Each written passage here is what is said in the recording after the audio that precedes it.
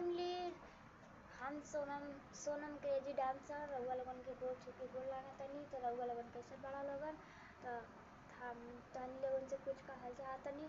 तो हम लोगन हमके बहुत प्यार दिला देला लोगन, लेकिन हमार वीडियो देख कर लाइक ना करेला लोगन और हमार वीडियो के सपोर्ट ना करेला लोगन।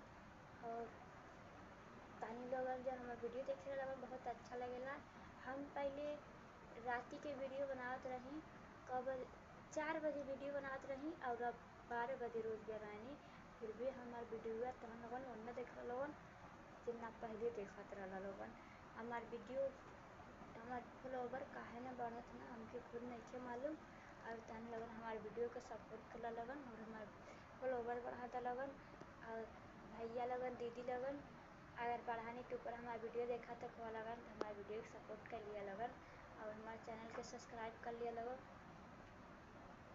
और तनी लगन का करते हुआ लगन आपन तनी लगन बहुत अच्छा हुआ लगन, अपने काम में व्यस्त हुआ लगन। थोड़ा सा टाइम निकाल के हमारे वीडियो देख लो लगन और हमारे वीडियो के तनी लगन सपोर्ट कर लिया लगन।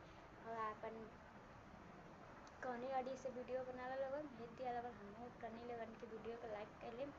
तो दीदी लोगन हमारे वीडियो देख के इग्नोर मत करा लोगन, बहुत मेहनत से बनाए नी। देखा लोगन आज तो थोड़ा सिंपल बनी और रोज साड़ी पहन के चूड़ी पहन के और पता नहीं का पहन के तनी लोगन खातिर वीडियो बनाए नी। और फिर भी तनी लोगन हमारे वीडियो के सपोर्ट ना करे लोगन। तनी लोगन कमेंट करके बताइए लोगन तनी लोगन के अपने मुँह से बोल के वीडियो बनाल पसंद है कि दूसरे के मुँह के बोल के वीडियो बनाल पसंद है।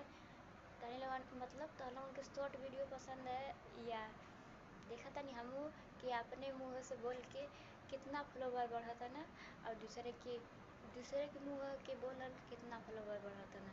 आज हमू देखल चाहतनी कि के शॉर्ट वीडियो पसंद बा, कमेंट करके बताइए लगन। फिर मिलतनी अगली वीडियो में। Bye by.